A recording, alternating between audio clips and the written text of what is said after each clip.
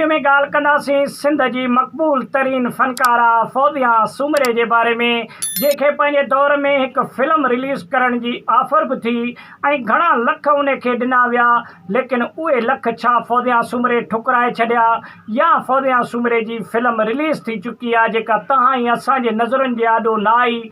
इहा मुकमल तफ़सीली वीडियो में ॻाल्हि कंदासीं। दोस्तों, फौजिया सूमरो सिंध जी उहा गुलकारा हुई जेका थोरे अरसे में तमामु घणी मक़बूल थी। दोस्तों, हिकु नंढी उमिरि में फौजिया सूमरो कमो पेश हिकु अंदाज़े जे मुताबिक़ 40 साल उमिरि जे दौरान हिन फ़ानी दुनिया खे छॾे पंहिंजे हक़ीक़ी रब सां वञी मिली। फौजिया सूमरो नंढी उमिरि खां वठी ॻाइणु स्टार्ट कयो। हिकु अंदाज़े जे मुताबिक़ 7 सालनि जी उमिरि में फौजिया सूमरो पाड़े में जेके शादियूं वग़ैरह थींदियूं हुयूं उते वञी सेरा वग़ैरह ॻाए ऐं माण्हुनि खे ख़ुशि करे उतां 5 रुपया कमाए बि ईंदी हुई। हिकु ग़रीब ख़ानदान सां तालुक़ु आहे फौजिया सूमरे जी।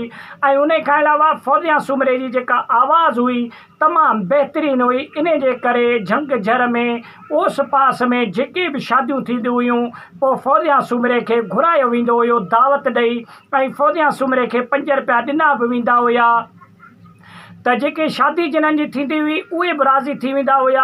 ऐं फौजिया सूमरो बि अहिड़े तरीक़े सां पंहिंजे घर जो निज़ाम हलाईंदी हुई। दोस्तों, फौजिया सूमरे जो वालिद नात वग़ैरह चवंदो हुयो ऐं शुगर मिल में कमु बि कंदो हुयो मज़ूरी तौरु, लेकिन ग़रीब ख़ानदान सां तालुक़ु हुजण जे करे बिल्कुलु मिसकीन हुया फौजिया सूमरे वारा।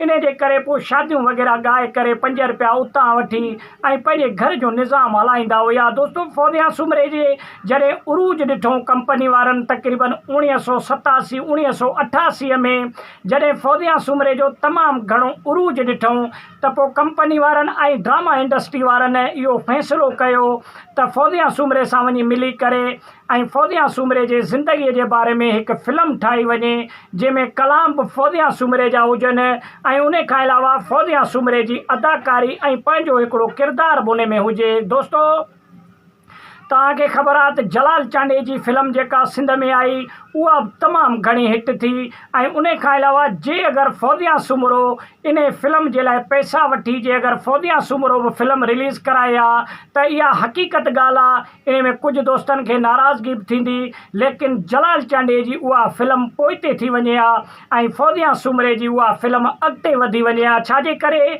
त फौजिया सूमरे पंहिंजे ज़िंदगीअ में तमामु घणियूं तकलीफ़ूं ऐं तमामु घणा ॾुख ॾिठा। हिकु औरत हूंदे बि पाण खे संभाली ऐं उन खां अलावा पंहिंजी ज़िंदगीअ जो तमामु बहितरीनु आगाज़ स्टार्ट कई। दोस्तों, तकलीफ़ुनि सां सभु ॻाल्हियूं थींदियूं आहिनि, शौक़ सां को बि के बि कमु आसान न आहे हूंदो।